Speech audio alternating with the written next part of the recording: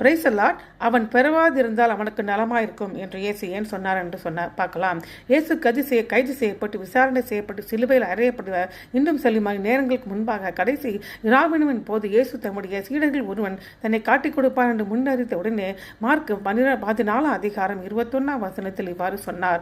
மனுஷகுமாரன் தம்மை குறித்து எழுதியிருக்கப்படுக போகிறான்.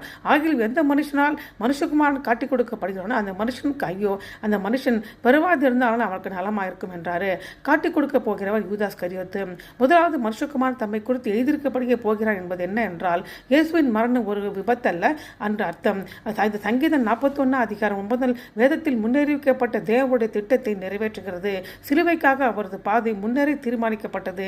தேவனின் மீட்பின் நோக்கத்தின் ஒரு பகுதி. இரண்டாவது, மனுஷகுமாரன் காட்டிக் கொடுக்கிற மனுஷனுக்கு ஐயோ என்று ஏன் சொன்னார் என்றால், யூதாஸ் காட்டிக் கொடுப்பு முன்கூட்டியே அறியப்பட்டிருந்தாலும், அதாவது தேவனுடைய திட்டத்தில் பொருந்தினாலும் யூதாஸ் இன்னும் தார்மீக பொறுப்பை ஏற்க வேண்டியிருக்கிறது. காட்டிக் கொடுப்பை பற்றி முன்னறிவிப்பு யூதாஸை தீமை செய்ய தேவன் கட்டாயப்படுத்துகிறார் என்ற அர்த்தம் அல்ல. மாறாக அவனே இயேசுவை காட்டிக் கொடுக்க முடிவு செய்தான் என்பதுதான் அர்த்தம். மூன்றாவது, அவன் பெறவாதிருந்தால் அவனுக்கு நலமாயிருக்கும் என்றார். அப்படி என்றால் இயேசுவை காட்டிக் கொடுக்க யூதாஸ் எடுத்த முடிவின் விளைவுகள் மிகவும் பயங்கரமானவைகள்.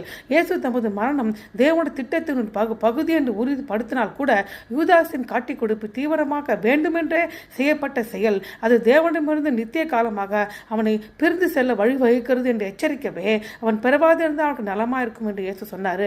யூதாஸின் வீழ்ச்சி ஒரே நாளில் நிகழவில்லை. ஆனால் பேராசையும் அவநம்பிக்கையும் வஞ்சகமும் 3.5 ஆண்டுக்குள் அவனுக்குள் வளர்ந்தன. எனவே நம் இருதயத்தை எல்லாவித பின்னடைவுகளில் இருந்து பாதுகாக்க வேண்டும். மேலும் தேவனுடைய திட்டம் நிச்சயமானது.